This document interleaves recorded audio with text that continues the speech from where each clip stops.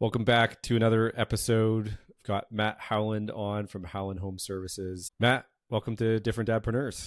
Thank you. It's a pleasure to be here. Yeah, excited to get into your business journey. And we'll just start off by what you do.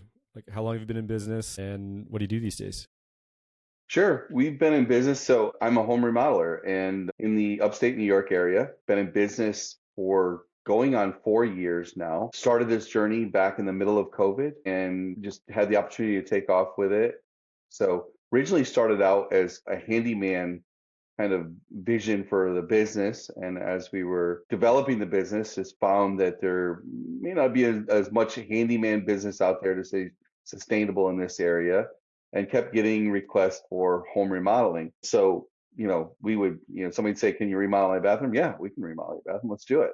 And that part of the business just continued to grow. Still in the position where we do service side. We're one of the few full service home remodelers that people call up and say, can you put an exhaust fan in my bathroom? Yeah, we'll do it. Replace the faucet for someone here yesterday. And we just find that's exceptionally important to building good client relationships. We especially do it for our existing clients. We try to be a one-stop shop for existing clients, but we also do it for a lot of new clients that are coming on board, just looking for, that type of service overall. Yeah.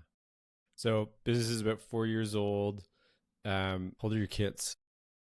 My kids are 22, 20, and 18. So just outside of the teenage years. My wife and I are empty nesters as of this year. So even though, my youngest is 18, she sprung it upon us. She's a very independent individual, and she sprung it upon us to saying, hey, I'm thinking of moving out. She works very hard. She works about 50 to 60 hours a week herself, and just, wanting to do her own thing. So is she out of the house already? She is, yes. What's that like having an empty nest? It's definitely different, the quietness of the house. Every time a kid left, we noticed that noise levels dropped, not on a linear basis, but an exponential basis, meaning that they just kind of played off of each other a lot. And so just, from there, and so just dropping down to, just my wife and I in the house. It's been good. I mean, we are very active in our kids' lives. Even since they moved out, we have dinner with our kids at least once a month, try to make contact with them usually multiple times a week throughout. And so you're definitely still a major part. They're they're probably at that age right now where there's a connection. They realize the connection, but they're still figuring out what that connection is like to mom and dad, Mm-hmm. and what that looks like, going into the future. So the challenge for us is probably giving them enough space to find that on their own, but also let them know, hey, we're here for you. You need something, we're ready to be here for you. We're not here to be hovering over you as you enter into as you're exploring adulthood. Yet, as things come up, we want to be here for you. Yeah. Be supportive and present, but not overstepping or being Yeah, too involved. yeah. Yeah. And I think that's a challenge a lot of parents have walked through. I don't know. I'll let you know in 20 years how it goes. I'm not sure I could be the one that could be the expert on it. I've watched a lot of examples, a lot of good examples, a lot of bad examples. We're trying to model after the good examples, but we'll find out. Yeah. And at what point did you know you were going to be an entrepreneur? Boy, I had it in my heart. When did I know? That's a hard question to define, but I would say I had it in my heart to do so for at least the last 10 years, just kind of itching to do my own thing. One of the challenges I had is I was working in hospitality. I was director of facilities of a couple of large hotels here in the area throughout my career. And hotels are just in general demanding as far as, leadership roles in hotels. And so come summertime, I was working 80 hours and sometimes 100 hours a week. And starting a business was just impossible with working those kind of hours. And so I had it in my heart while I was doing that to start a business, but just knew that practically was not in a position to be able to do so. In 2020, right in the middle of COVID. I had the opportunity to change jobs, and after kind of getting myself acclimated in the job and having a job that now required somewhere between 40 and 45 hours a week, I felt like I was working part time because I'd been working so many hours for so many years. But I did take advantage of it for a period of time. And I decided to go and open my own business from there. And how did you manage the dad side of things working 80 hours a week? What was that like early on? That was, my wife, huge blessing to me. For most of my career, she was a stay-at-home mom slash student. She was going to college, and she took on, so much of handling really the day-to-day operations of the family. Could not have done it without her at all. Just amazing woman and amazing in that right. But that didn't alleviate my responsibility as being a dad, and I knew that, and so really making sure that when my kids needed me, I was there for key times. I was available. I would make my if my kids called me in the middle of the day, uh, would make it a point to pick up and would talk to them, see what's going on. We're in a cell phone day and age. It's unique to probably, I'm not sure how exactly, you're a little younger than me, but didn't grow up where as a teenager having a cell phone in my hand, and so they did, and so that we just really made it kind of point. In sports, all of my kids were active in school. We required them to be active. We wanted them to be involved in sports or extracurriculars. We thought it was really healthy for them to kind of drive that. And so my kids did at least 2 seasons of activities a year, whether it be sports, whether it be drama club, whether it be things of that nature. They were very active in school, and so especially the sports side of things, I didn't make every single game that they had. I worked about half an hour from my home. I made it a strong point when one of their games was in my area, I would go to it. Get myself out of work, and like, this is a priority, and unless something was on fire or flooding, I really try to go. And then some of the home games too, I would just really look at my schedule and say, let's make this, I'm going to make it a priority. I'm going to try to be here for this game, and pretty successful at hitting about half of their activities, and they were grateful for that. They had a good expectation. They understood that I worked. They understood, it was tough, especially in the younger years, that when you had a swim meet that started at 4 p.m., my day usually ended at 5:30. That was a harder push to get there. That meant usually I was leaving at 3 o'clock, 3:30 to try to get to whatever event that was. But it Hmm. was worth it, and just showing support and saying, I'm here for you. You know, I'm here to support you and encourage you and what you're doing. I thought, given the fact that my wife and I kind of required them to be in extracurriculars, that it was just really important to to do that support. You said it was important to show up and do that. What would you share with another entrepreneur dad? They're in the thick of it, they're busy, their kids are younger. What's been the long term payoff now that you have some hindsight on investing that time now? I guess I'd start with that. If I had it to do all over, I'd find a way to do more. I think the relational connection to say to your kids that you are more important than this, and so I would say, looking back, that just I wish I could have had more connections like that. I wish that work hadn't dominated my life as much as it did during that time, and that really, for what are my cherished memories out of working 80 hours a week? Very little. But there are a lot of cherished memories that have come from being there and being a part of my kids' lives. You really, there's a strong argument to say I put a lot more time into my job. It's you're really hard pressed to put that kind of hours into your kids' lives unless you're a stay-at-home parent. But the memories aren't there for my job. The memories are there for my kids. And ultimately, that'll be my legacy in 40, 50 years. It's not going to be what I did for some hotel to make it better for some guests that come and stay. That's not even going to be remembered in 5 years, let alone 40, 50 years. That's I guess my thoughts. I'm not sure if I completely answered your question, but Yeah, I think so. And I think it's because it's interesting. Like I'm at a different stage. I have a younger daughter. I'm also growing my coaching business. And I think there's a lot of guys that probably have younger kids, and that trade off is hard. It's like I Yeah. need to provide, I need to work, I need to create Yeah. security and financial security for my family, and I want to create memories and create connection. And how do I balance that? I would say that what I did in the middle of that was just be intentional about what I was doing. So, we would set aside times for family camping trips and family getaways and just being intentional about it. And I would tell my job, hey, I'm leaving for I would book a camping getaway in the Adirondacks intentionally because there was no cell service. And I would say, listen, you're going to have to find some other way to figure things out because I'm gone these days.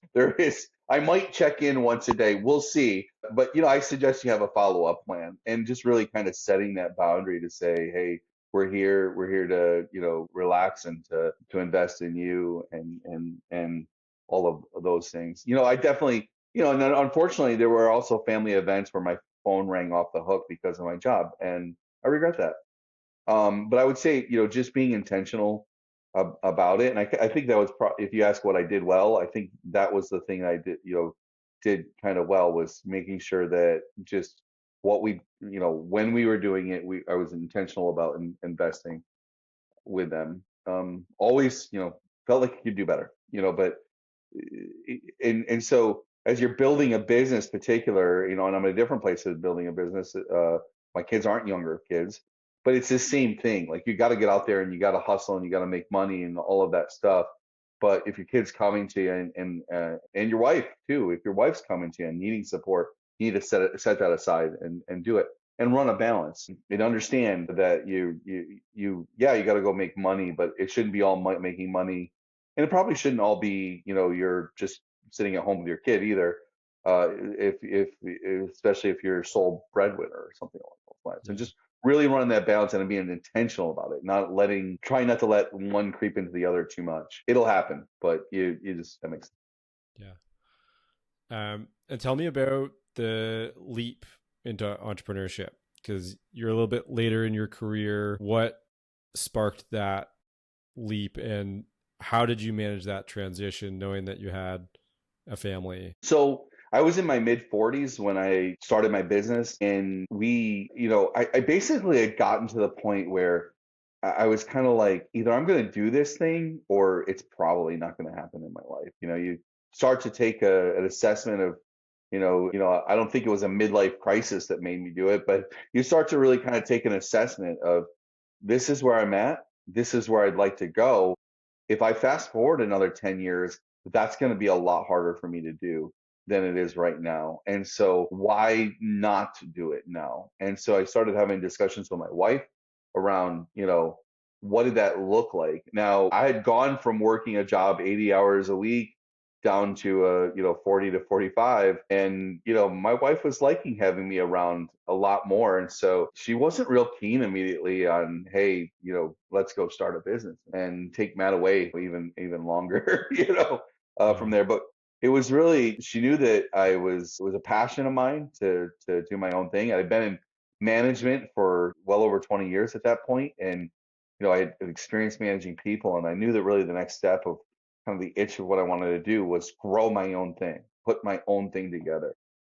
So I started part time and was working, 2 nights a week and half a day on Saturday, and that's what we started with, and started just taking the calls. I would go meet new clients the other days of the week, but actually getting the work done.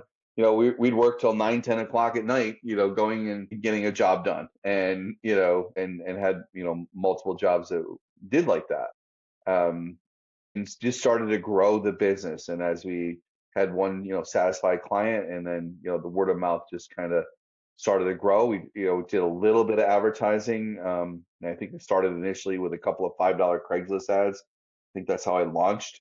And then, quickly went from there where we got on like Yelp's platform and got a website up, and, calls started rolling in. We weren't, I quickly didn't have to excuse me, pay for any sort of advertising. It was just happening. What's been the hardest part hardest season or like particular situation that you've had to manage since you've started the business?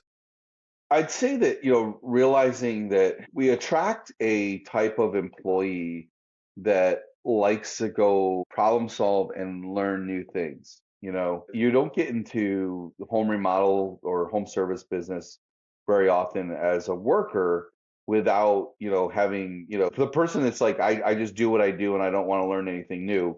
They're just not going to make it. The industry's changing. The needs of the customers are changing. So they naturally it attracts somebody that's like interested in going and learning something new. Okay. And that's great. Probably the challenge is that on my part was assuming that that translates into other areas of what we needed to do, and didn't always translate into that.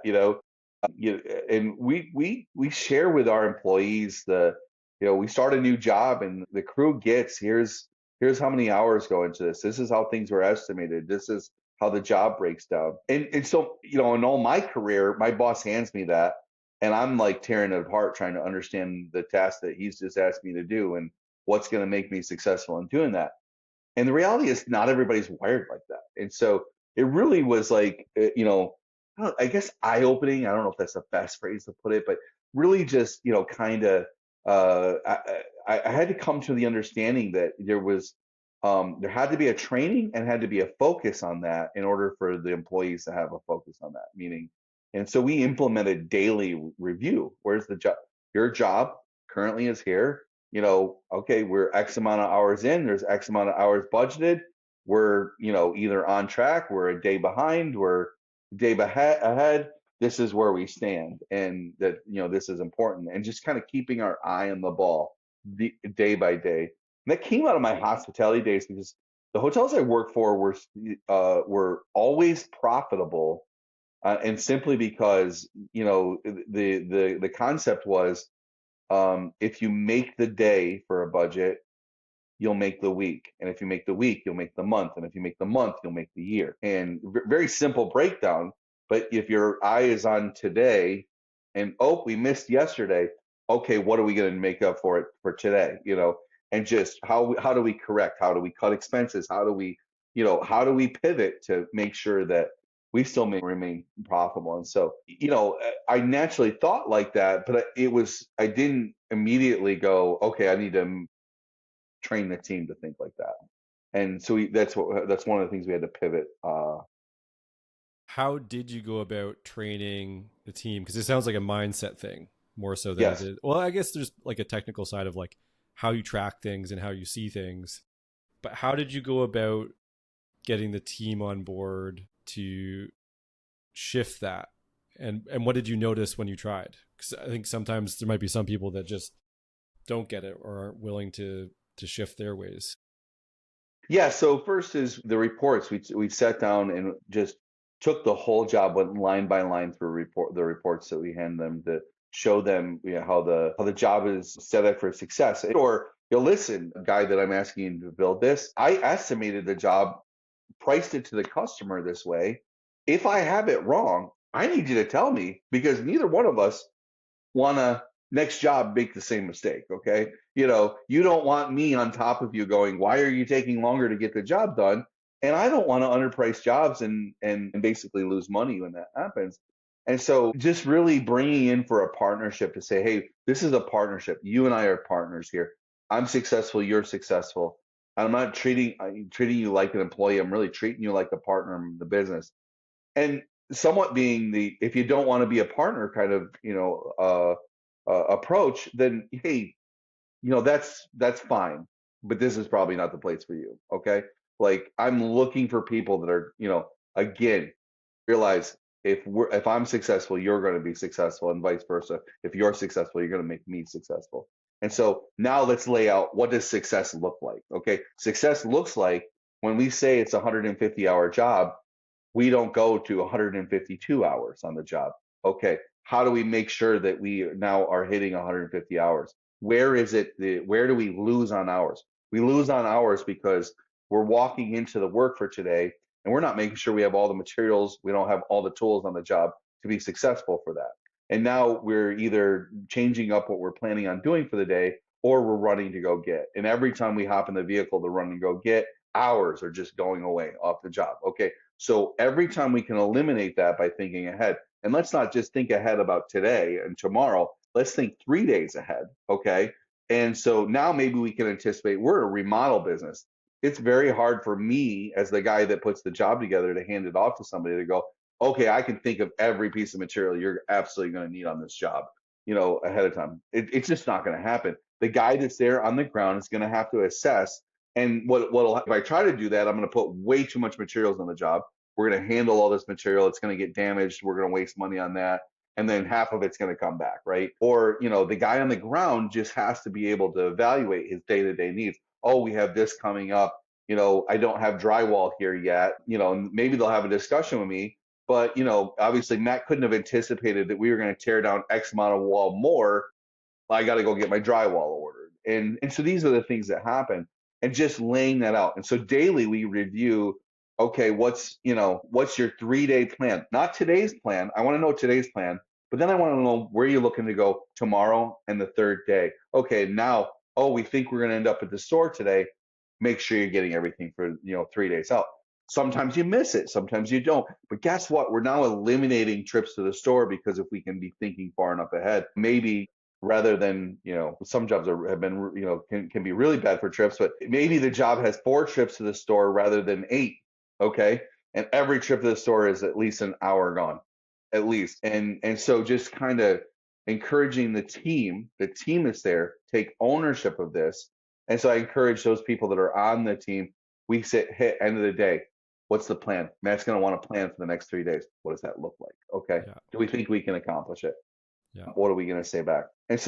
And then we review those hours on a daily basis. Okay, we're X amount of hours into the day. We run a timesheet tracking app. We're X amount of hours into this job. Okay, we've got X amount of hours left. Is that reasonable? We've got 30 hours left in the job. Looks like we've got 40 hours worth of work left. Okay, can we make something up, or we just got to pivot accordingly? So those are the things that we started to do to start turning those things around, because we found ourselves just not making as much money on jobs, and ultimately some jobs just losing on jobs, just not because we didn't look back and go, oh, it was bid horribly.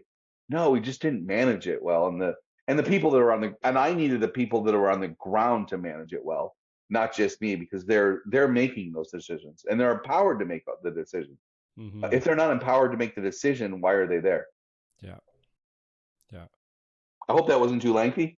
No, that's good. And I think it's applicable because that's what operations is. It's like, how do we be more efficient? How do we get more done with less? And it can be hard to shake people out of that sometimes. That whole notion, you got to measure stuff to know where you're at. It can be applied to a lot of different things. For sure. Sometimes things are harder to measure than others, and sometimes it's easier, but having that North Star really makes a big difference. And the challenge is that you think for what we do, the people that do this work would naturally plan, and you say that because when you go in to do a kitchen remodel, there is a natural sequential order that anybody that has remodeling experience just walks in and starts thinking through. Okay. You don't do this before this, and we got to do this before we got to run all the plumbing and all the electric before the cabinets go up. Okay. Type of deal. And so you think planning is just already a part of that natural tendency, but it's not. The people that do the work don't. I don't know where I'm going to be in 3 days. That's kind of the response you get when you ask for a 3 day. I just do.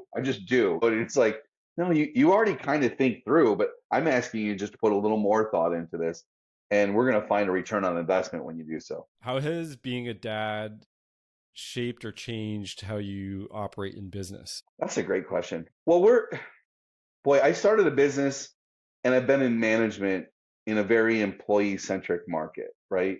Meaning in COVID, there's just everybody had signs up looking for help. Every business had hiring signs in front of them. And I came out of hospitality too, that where in hotels, they don't pay well to the line level workers. They just, they pay minimum wage, a little over minimum wage. And you'll learn in hotels that people work there because they want to, not because they have to. Because if they have to, they can go find something else to do, you know. And if they feel like they have to, and they will go find something else to do. And so you have to take care of them in such a way that they want to. And I remember looking back to, I had when I was working in hotels, I had multiple guys come to me and go, "Hey, Matt, I'm interviewing for such and such job. It's a $2 raise, $3 raise, right?" And and they tell me this ahead of time, and then they go, "I just want to be transparent. I'm just not sure where I'm going to go with this." And I'd say, "Listen, I understand, man. $2, $3 an hour can change your life. Okay, you got to do what you got to do. You're not hurting my feelings at all. I respect the fact that you're trying to, make yourself better in life." And so, there were a number of those that came back and said, "Yeah, I got the job offer, Matt, but I just love working here um, so much that I'm not going to take it." And I would go, "Really? Wow!" Because I was like, I don't know that that would be my answer. Adding $5,000 to my home budget a year is not nothing. Okay, and I would just be very honored to that they would make that choice. And so, but you had to learn that. So back to your question, how is being a dad? In the middle of that, you have to have compassion on people. And so I think, being a dad teaches you to have, compassion and patience. There you have to be able to step back and go, people have life going on outside of this. I have life going on outside of this. Even though I'm working a ton of hours, I have life going on outside of this. And just and react in that way out of compassion. And also react in the, I believe God's called us dads to have compassion, but also be firm, right? And so there's guide rails, there's structure, there's and in my own family life, I'm definitely the one that has, my wife has done a wonderful job, but there are times where I would step back and be like, no, here's the structure. We're now going to get, this child in line with this structure. This is where we're going. I love her, but she's going to toe the line, and but you kind of do that as a boss too. I'm here. I'm compassionate, but there's guidelines, and so we're all going to be happier when we're all towing the line and moving the same direction. And so this is not a free for all. This is not a everybody gets to do what they want. There is a vision. There's a standard, and we're going to meet that standard together. And sometimes the hard conversation is, if you don't want to meet that standard, this is probably not the place for you. Let's explore other places for you to go. But guess what? If you come along and meet the standard, we're probably all going to be a whole lot happier, including yourself. You're going to feel like you're contributing to something that is more than you in life. And you can walk away at the end of the day and going, I made a difference today. That place is better because of me. And I feel better about myself because of that. And so I used to recruit people, and I would say that in my time I'm recruiting. Again, very employee market. I really want you to come to work for me, right? And I would say to them, I'm the type of man, I'm the type of person, I'm the type of boss. When I walk out of here at night, I act like my name's on the side of that building, and I want to be proud of the place I'm walking out of, and I want that my name is on that, and that like I take ownership of it, and I'm looking for people that do the same. I want you to, and so some people would light up and they would be like, yeah, I want that too. And others would be like, yeah, whatever. And I'd go, yep, that's probably not the person to come work for me. We're going to frustrate each other without fail. Okay. And so I started to surround myself with people that kind of had that attitude. And so, but I think, being a dad, you start to learn to engage with people at a different level, and you can't avoid a compassion. There is no cut and dry answer for every single situation, because all of a sudden a guy comes in and his wife just left him and he's almost crying in your office because of this situation. Or, I've had people get in trouble with the law, and you're sitting here and evaluating, I have grounds to terminate you. Yeah, that's absolutely a thing. Do I? And it's not, HR would like to make it a cut and dry answer, but you're looking at the individual, and it's not always that simple.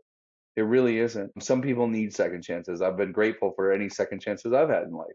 People need second chances, and some of them not as extreme as those things, but people need second chances sometimes to get themselves back on track. All of us do. All of us have had some sort of second chance in our life. How do you make sense of a second chance for an employee? That's a hard one. There are employees that are always late, always have an excuse, always have some reason why they cannot perform their job. And they get a second chance and they get a third chance. And then all of a sudden something large happens and they've used up their chances. And then there are employees that they have worked hard, they have not taken a sick day in X amount of time. They show up, they're ready to work, and life just happens to them. And some are in between that, right? And those are a lot more complicated. The ones on both ends of those extremes, those are easy to answer. The person that is on second, third, fourth chance, yeah. I remember the guy that we're terminating him, and I don't know, he had been late like a dozen times significantly. Hotels, there was a process to be able to terminate him. And, we're sitting down with HR to walk him out the door. And he says, but I really did blow out my tire on the side of the highway and just could not get here that time. And I turned to him and I said, I believe you. But if there wasn't the 10 other times that you didn't make it to work on time, we wouldn't be having this conversation today. It had just simply been, hey, make sure that doesn't happen again. But you had the 10 other times. And I'm so sorry for you. But we've decided to go a different direction. That one's easy, right? I mean, it's never easy. Terminating an employee is never easy. It's an emotional, heart-wrenching. If it's not, I think there's something wrong with you. I'm passing judgment, but I've done a lot of it, but I've never felt great about it. But the ones that are like people that, and then somewhere in between, and you just have to weigh it. You have to weigh the sincerity of the person that's across from you. You have to also say, how can I help you? Genuinely, what can I do to help you right now? Is there something I can do? Is there something, and when I worked for someone else, was it, do we go approach HR? You've got a medical situation with your mom and you're going to need more time. Okay, let's go get the appropriate paperwork filled out, because if we don't get that filled out, they're going to come to me and I'm going to have to terminate you. Okay. So we don't want that. I don't want that. So how do I help you walk through that? And things like that, and just kind of weighing each one. But you're approaching it with compassion. You're approaching it as you're sincere, and as the person across from you being sincere at the same time. What I think is interesting too is I think sometimes the biggest helping hand that you can give people might be to let them go. Absolutely. And that can be really hard to see. It's like the gift might be a wake up call, or holding the line and having them see the repercussions of something, or that they've outgrown the role and they need to be set free. There's both sides of that coin as well.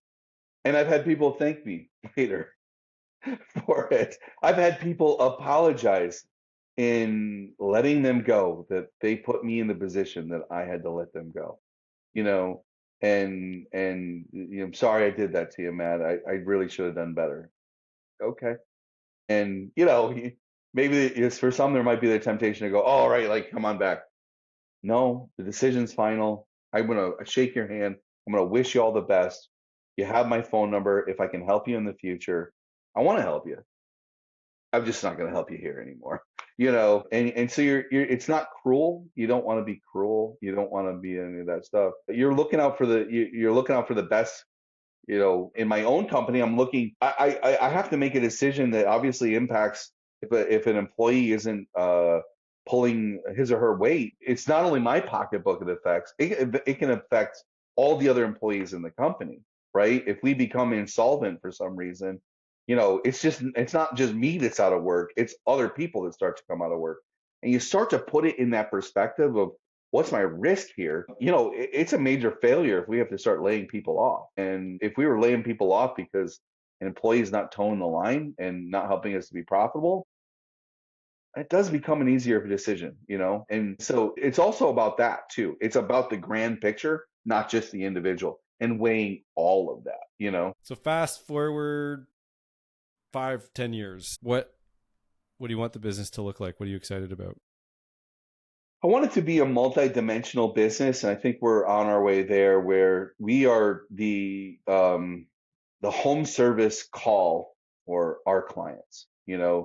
where we become, hey, let me call Matt first, and because he's helped us on X, Y, Z, all of these things, and even for the stuff that maybe we aren't the best fit to help them on, and we can lead them in a great direction, and just go, hey, this is our knowledge of it, give these people a call. In our experience, they take good care of people, but just being that call to be able to help customers through and diversify the business into other areas, foresee in the future, an outdoor portion of the business that would, include lawn and landscaping. As we grow, we're currently, mostly an interior remodeler at this point. We do some outdoor work too, but it gets to the landscaping and grounds.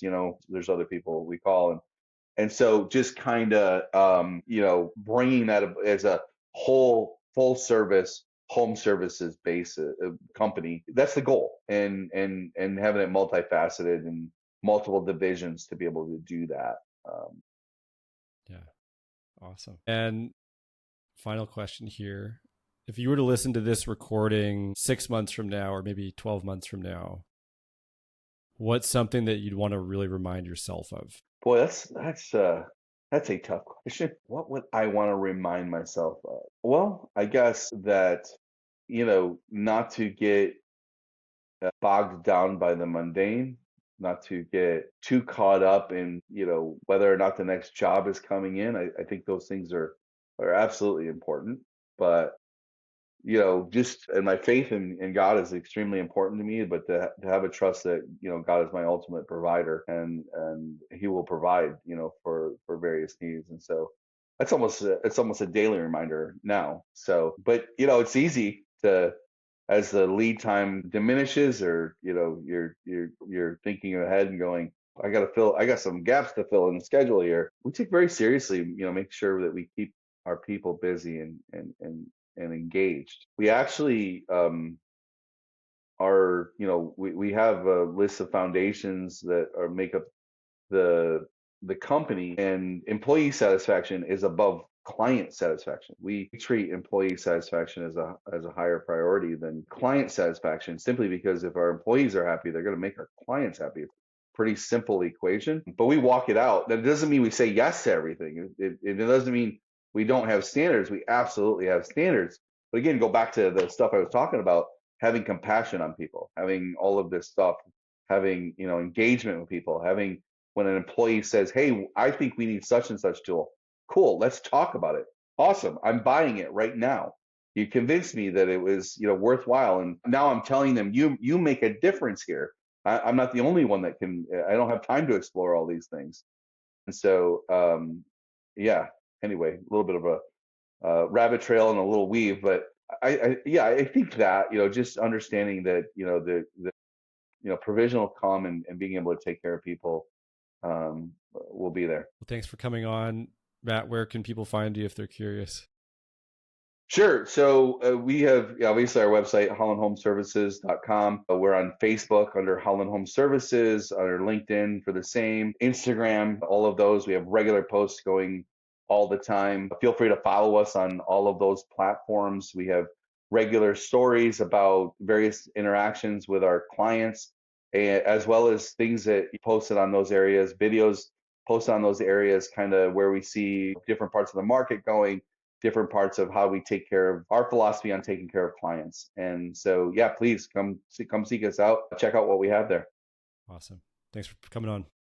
Thank you for having me. This was an absolute pleasure.